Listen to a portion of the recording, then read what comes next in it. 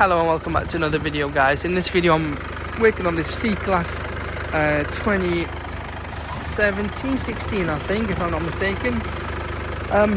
So on the dashboard you're getting the auxiliary battery warning, you're getting warning maybe sluggish gear changes, maybe I won't say limp mode, but you'll just have like quite solidly, should we say, not like a jumpy gear change sometimes, not all the time.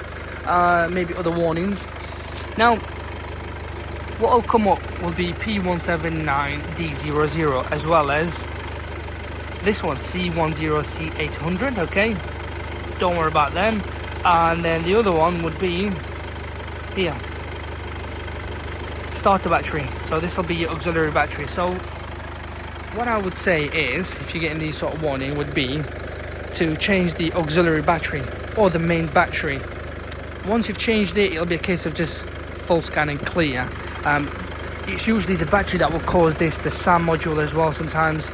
Check the wiring loom to it, but that'll be what would be causing this fault and the warning on the dashboard or any gear sluggish.